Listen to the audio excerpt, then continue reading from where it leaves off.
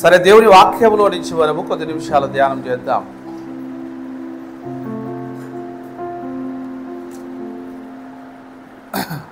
ఈ 144 కీర్తన 15వ వచనం ఏం చెప్తుంది మనకు? ఇట్టి స్థితి గలవారు ధన్యులు, యెహోవా తమకు దేవుడుగా గల జనులు ధన్యులు. చూడండి, ఏ స్థితి? దేవుని వలన పోషించబడే స్థితి. ఈ మొదటి నుంచి కూడా ఆయన ఏం చెప్తున్నాడంటే, ఆయన యొక్క వ్యక్తిగత జీవితం, ఆయన కుటుంబ జీవితం, ఆయనకు దేవుడు దయచేసినటువంటి జయము, జయాపజయాలు, ఇవన్నీ కూడా ఆ కీర్తన భాగంలో ఆయన స్మరించుకుంటా ఉన్నాడు. ఆయన అన్నాడు, నా వేళ్లకు పోరాటమును నేర్పేవాడు దేవుడు అన్నాడు. నా వేళ్లకు, నా చేతులకు యుద్ధాన్ని, నా వేళ్లకు పోరాటమును నేర్పేవాడు దేవుడు. దేవుడు మనకు నేర్పించేవాడు, బ్రతికేది నేర్పించేవాడు, నడిచేది నేర్పించేవాడు, జీవించటం నేర్పించేవాడు, మనకు కావలసినటువంటి జ్ఞానాన్ని మనకిచ్చి, తెలివిని మనకిచ్చి, ఈ భూమి మీద నీ జీవితకాలం ఇలా ఉండాలని నిర్దేశించిన వాడు దేవుడు. దేవుని పాద సన్నిధానంలో మన లైఫ్ను మనము దేవుని చిత్తానుసారముగా నడుపుకొని సంతుష్టిగా ఉండాలంట. యాకోబు తన చివరి అంకంలో, అంటే వృద్ధాప్యంలో, యోసేపు తన్ను ఆహ్వానించినప్పుడు, అంటే యోసేపు దగ్గరికి వెళ్ళినప్పుడు కరువు వచ్చింది. అన్నగారు యాకోబు మాటలు విని ఐగుప్తుకి వెళ్ళి మొదట సరుకు తెచ్చుకున్నారు. రెండవసారి ఆహారం కోసం వెళ్ళినప్పుడు ఆ తమ్ముడు గుర్తుపట్టి వాళ్ళను బంధించి మీ తండ్రిని తీసుకురాపో అని చెప్పి ఇదంతా జరుగుతుంది. యాకోబుని తీసుకొని పోతారు, ఫ్యామిలీ అంతా వెళ్తారు. అప్పుడు యాకోబును తండ్రిని యోసేపు ఏం చేస్తాడంటే ఫరో దగ్గర తీసుకుని పోతాడు. తీసుకుపోయినప్పుడు ఫరో అడుగుతాడు అనమాట, అయ్యా నువ్వు జీవించిన నీ వయసు ఎంత అని అడుగుతాడు.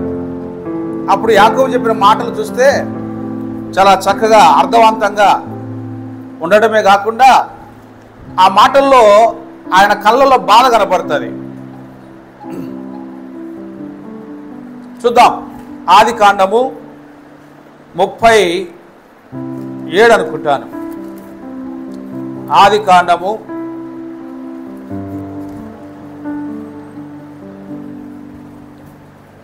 41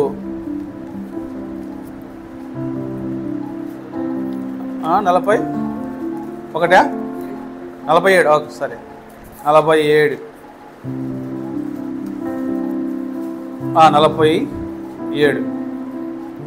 7వ వచనం నుంచి చదువుదాం.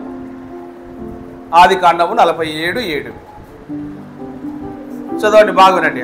మరియు యోసేపు తన తండ్రి అయిన యాకోబును లోపలికి తీసుకొని వచ్చి ఫరో సమక్షమందు ఉంచగా, చూడండి, యాకోబు ఫరోను దీవించెను. దైవజనుడే కదా. ఫరో దేశానికి రాజైనా కూడా యాకోబు ఎక్కడి నుంచో వచ్చినాడు.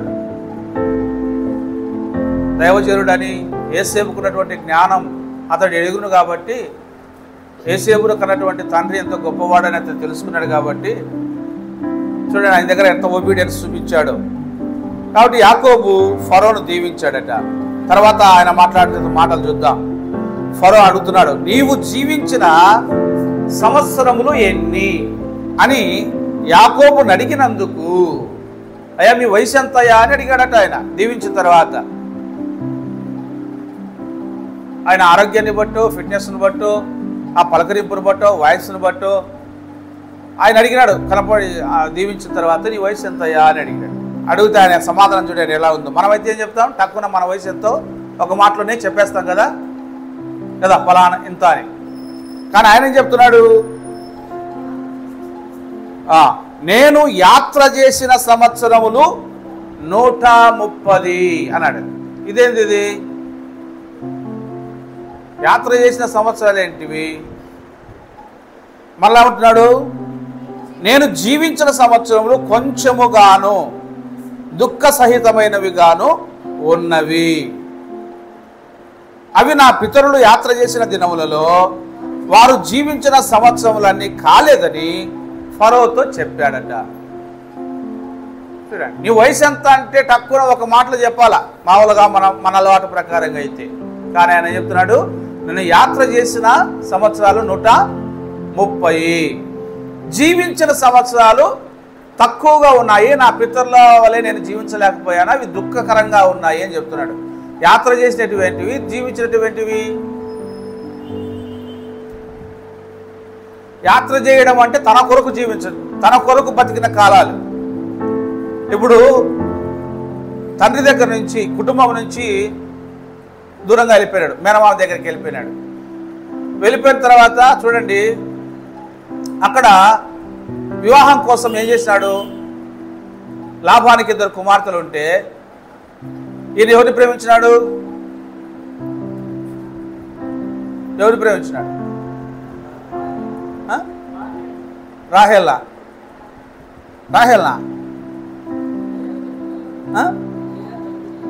లేయా జబ్బు కలది పెద్ద ఆమె, చిన్న ఆమె రాహేలు, బాగుంది రూపవతి అని చిన్నామని ప్రేమించాడు. మామెట్టోడు మామ యాకోబు కంటే చేర్చాడు. నువ్వు ఇట్లున్నావా అని చెప్పి పెళ్ళి వాళ్ళని కలిపే రోజు లేయను పంపించినాడు. తెల్లవారితేనే లే అంది పక్కలో. ఇదేంది మావా నాకు ఎట్లా చేసినావంటే, నీ తెలివితేటలే నీకు ఉపయోగపడతాయని. మేనమాకు తెలియకుండా పోతుందా? పెద్దదాన్ని పెట్టుకొని చిన్నదానికి ఎట్లా పెళ్లి చేస్తా అనుకునేవాడు. లేదు, నాకు మళ్ళా చిన్న కుమార్తె కూడా కావాలంటే ఆమె కోసం కూడా నువ్వు మళ్ళా గొర్రెలను కాయాలా అంటాడు. 7 ఏళ్ళు కాసినాడు, ముందు 7 ఏళ్ళు ఊరికే చేసినాడు. రాహేల్ కోసం 7 ఏళ్ళు చేసినాడు, మళ్ళా లేయా కోసం కదా. ఈ విధంగా తన ఆయుష్కాల దినాలలో ఈ పనులకే సరిపోయింది అనేటువంటి ఒక అసంతృప్తితో చెప్పినటువంటి మాటలు అన్నమాట. యాత్ర చేసిన దినాలేమో 130 ఏళ్ళు వచ్చినాయి, కానీ అవి ఇందులో నేను దేవుని కోసం జీవించలేదు అన్నాడు. నేను దేవుని కోసం జీవించలేకపోయాను. దేవుని కోసం జీవించిన జీవితము చాలా తక్కువగా ఉంది. అది ఒక ఇస్సాకుతో పోల్చుకుంటే, నా తండ్రితో తక్కువే కదా. ఇస్సాకు వాగ్దాన పుత్రుడు, పుట్టిన దగ్గర నుంచి దేవుని మహిమార్థమై జీవించినాడు. అబ్రహాం ఉన్నాడు, 75 సంవత్సరాలకు పిలువబడ్డాడు. ఆయన వయసు అంతా 120 సంవత్సరాలు, చనిపోయేసరి కదా 175. 175 128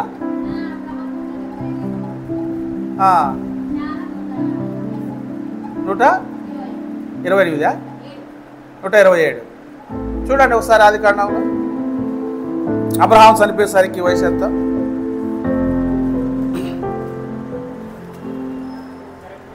175. అంటే 75లో పిలువబడి 175 చనిపోయినంటే ఎంతకాలం బతికినాడు?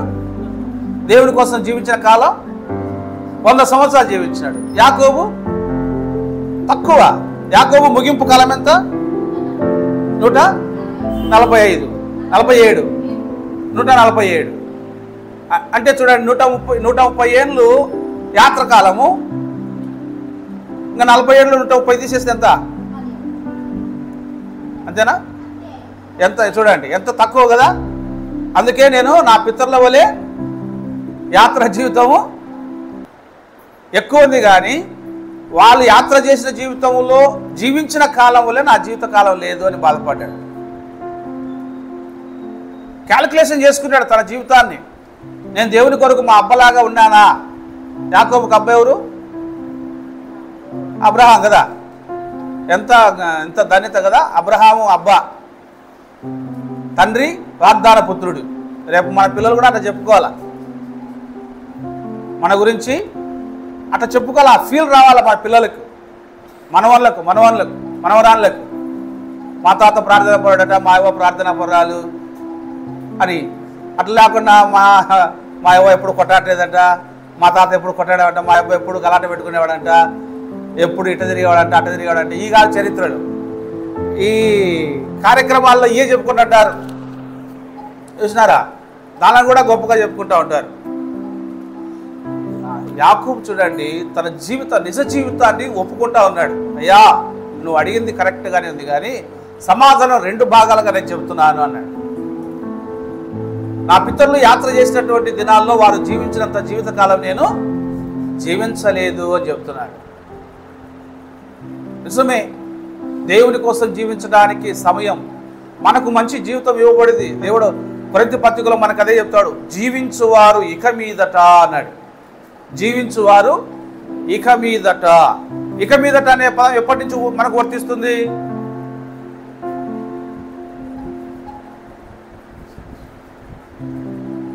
యేసుక్రీస్తును అంగీకరించినప్పటి నుంచి, బాప్తిస్మము పొందినప్పటి నుంచి. ఎందుకంటే మీరు క్రీస్తును ధరించుకొని ఉన్నారు. అప్పుడు మనం నూతనపరచబడ్డాం, మార్పు చెందాం, లోకం నుండి ప్రత్యేకించబడ్డాం, కడగబడ్డాం, విమోచించబడ్డాం. లోకమునకు మనకు సంబంధాలు తీసివేయబడ్డాయి. మనం దేవుని పిల్లలముగా అభిషేకం పొందినాం. దేవుని ఆత్మ మన మీదకి దిగి వచ్చింది. పరిశుద్ధాత్మతో మనం నింపబడి ఉన్నాం. దేవుని ఆత్మ నడిపింపును మనం కలిగి ఉన్నాం. కాబట్టి జీవించేవారు ఇక మీదట తమ కొరకు కాక. ఉదాహరణకు యేసు ప్రభు వారు తన 30వ ఏటన బాప్తిసము పొందాడు. కరెక్ట్ కదా? 30వ ఏట బాప్తిసము పొందాడు. ఆ 30 ఏళ్ళు ఏం చేసినాడు ఆయన? తల్లిదండ్రులకు లోబడి ఉండేనని రాయబడింది. అంటే తండ్రి యేసేపు ఏం చేసేవాడంట? ఒంటరికి పని చేసేవాడు. కాబట్టి ఆయనకు సపోర్ట్గా ఉన్నాడని రాయబడింది. కానీ ఎప్పుడైతే బాప్తిసం తీసుకున్నాడో 30వ ఏట, అప్పటి నుండి నేను నా తండ్రి పనుల మీద ఉండవలనని మీకు తెలియదా అని ఆ చిన్నప్పుడు చెప్పినటువంటి మాటే మరలా నెరవేర్చినాడు. అంటే బాధ్యత తీసుకున్నాడు. బాప్తిసం పొందిన తర్వాత ఇక పనులు ఏమి చేయలే ఆయన.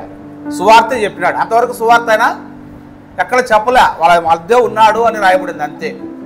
ఎప్పుడు బాప్తిసం తీసుకున్నాడో అప్పుడు సంపూర్ణంగా దేవుని పని జరిగించడానికి ఆయన నడుం బిగించినాడు. సువార్త అనేది చెప్పడం ప్రారంభిస్తాడు. అక్కడ అన్నమాట స్టార్ట్ అవుతుంది. దేవుని కొరకు జీవితం ప్రారంభించబడటం బాప్తిసం పొందిన దగ్గర నుంచి మనలో అది మనం గుర్తుపెట్టుకొని చేయాల్సినటువంటి బాధ్యత. అందుకే కొరింథీ పత్రికలో చెప్తాడు పౌలు, జీవించే వారికి మీదట తమ కొరకు కాక తమ నిమిత్తము మృతి పొంది తిరిగి లేచిన వాని కొరకే జీవించుటకు నిశ్చయించుకుందాము అంటాడు. అది మనము నిశ్చయించుకుందాం, కన్ఫర్మ్ చేసుకుందాం.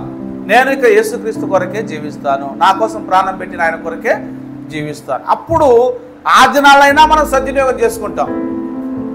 మన బాప్తిసం పొంది కూడా మళ్ళా పాత జీవితమే జీవిస్తే ఇంకా కొత్త అర్థమేముంది? యాకోబులాగా మనం కూడా ముసలితనంలో బాధపడాల్సి వస్తుంది. అయ్యో నేను మారవలసి పొందితే మళ్ళా పడిపోతే, మళ్ళా లేచి మళ్ళా పడిపోతే, ఒక్కసారైనా మరసంగా ఉండకపోతే అని.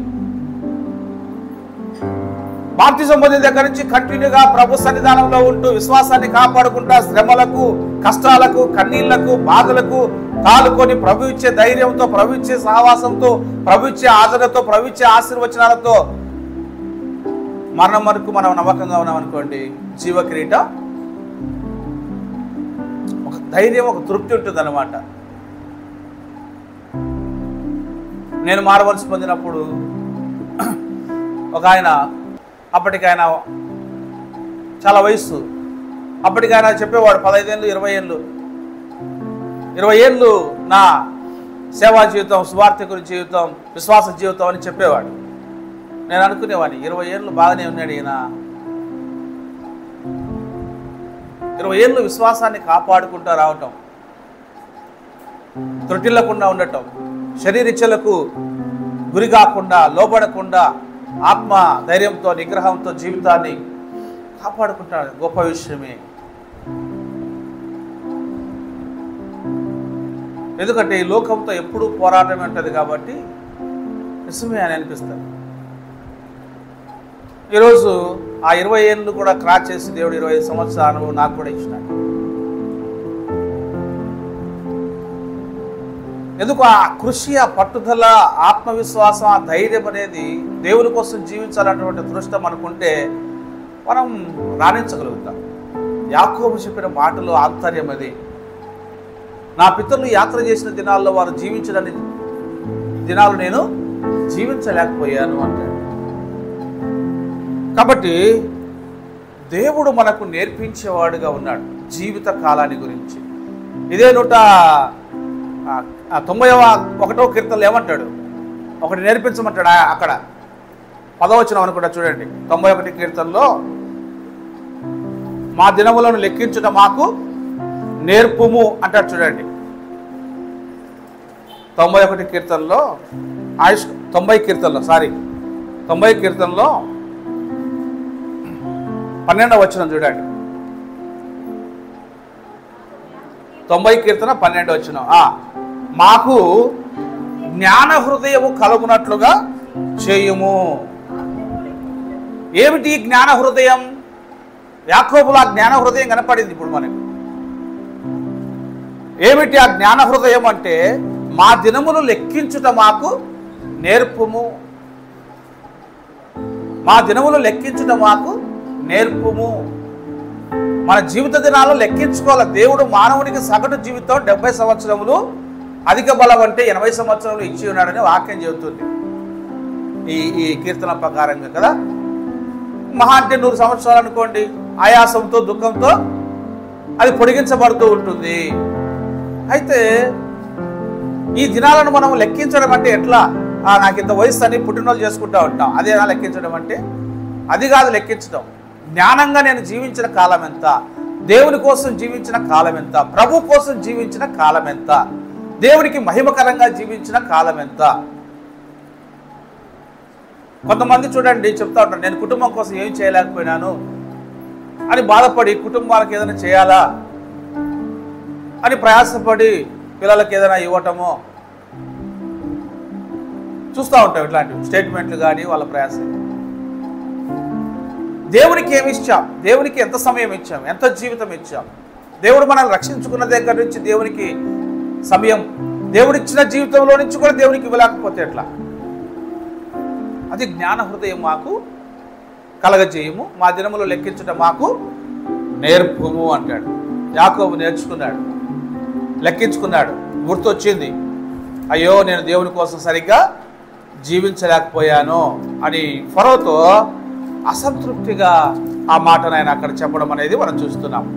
కాబట్టి ఆయన నేర్పించేవాడు, బ్రతకడానికి నువ్వు ఏం చేయాలా నేర్పించేవాడు, జీవించడానికి, విశ్వాసంలో ఎదగడానికి నీకేం కావాలో నేర్పించేవాడు దేవుడు.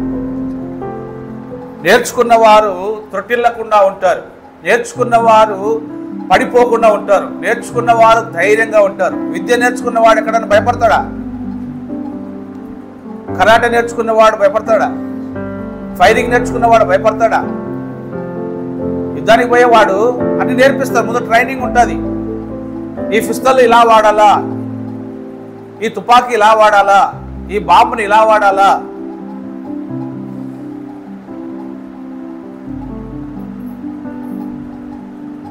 డ్రైవింగ్ ఇవన్నీ కూడా చూడండి. నేర్చుకున్న వారికి ధైర్యం ఉంటుంది, నేర్చుకోకపోతేనే కష్టం.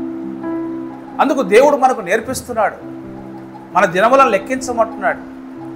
యాకోబు దేవుని కోసం బతికిన దినాలు తక్కువగా ఉన్నాయని ఫరోతో చెప్పడం మనం చూస్తాం. అట్లా అసంతృప్తి ఉండకూడదు మనకి. దేవుని కోసం నేను జీవించగలిగానన్నటువంటి తృప్తి మనకు రావాలి. అదే ఇతరులకు ఆశీర్వాదకరమైనది, అదే మనం మాదిరికరమైన జీవితం అంటే. కాబట్టి దేవుడు నాకు ఇక్కడ యుద్ధం నేర్పించడము, వీళ్ళకు పోరాటం నేర్పువాడై ఉన్నాడు అంటున్నాడు. మొదటిగా మనం చెప్పుకున్నట్టుగా ఈ కీర్తన భాగంలో ఈయన వ్యక్తిగత జీవితం చెప్పాడు, రెండోది ఫ్యామిలీ గురించి చెప్పాడు. శత్రువులు తనకు చుట్టుముట్టేప్పుడు ఎట్లా తప్పించినాడని చెప్పినాడు. దుష్టుల నుండి తప్పించమని అడుగుతున్నాడు, తప్పించేవాడు నువ్వేం చెప్తున్నాడు. తర్వాత ఫ్యామిలీ విషయం ఎలా ఆయన వర్ణిస్తున్నాడు చూడండి. 12వ వచనంలో చెప్తున్నాడు, మా కుమారులు తమ యవన కాలమందు ఎదిగిన మొక్కల వలె ఉన్నారు. దేవాలయంలో రాయబడింది కదా మామూలుగా మనకు యెషయా గ్రంథం కావచ్చు, కీర్తన గ్రంథం కావచ్చు చెప్తాయి. ఇక్కడ దేవుని మందిరం ముందు నాటబడిన ఒలివ మొక్కల వలె ఉన్నారు అని చూడండి. వారు ముసలి వారై ఇంకా చిగురు పెడుతూ ఉంటారని కూడా చెప్పబడుతూ వస్తుంది. ఎక్కడ ఇది దేని వల్ల? ఇదంటే దేవుని సహవాసం వల్ల, దేవుని సహవాసం వల్ల, ప్రభుతో మనం కలిసి నడవటం వలన దేవుడు మన పిల్లలకు ఆ యవన బలం దేనికి ఉపయోగంగా ఉండాలా? యవనస్తును దేవుడు దేని కొరకు ఎన్నుకున్నాడు? బలవంతుని చేతిలో బాణముల వంటి వారు దేవునికి ఆయుధంగా మారాలంట, దేవుని కార్యములను చక్కబెట్టే వాళ్ళంగా ఉండాలంట.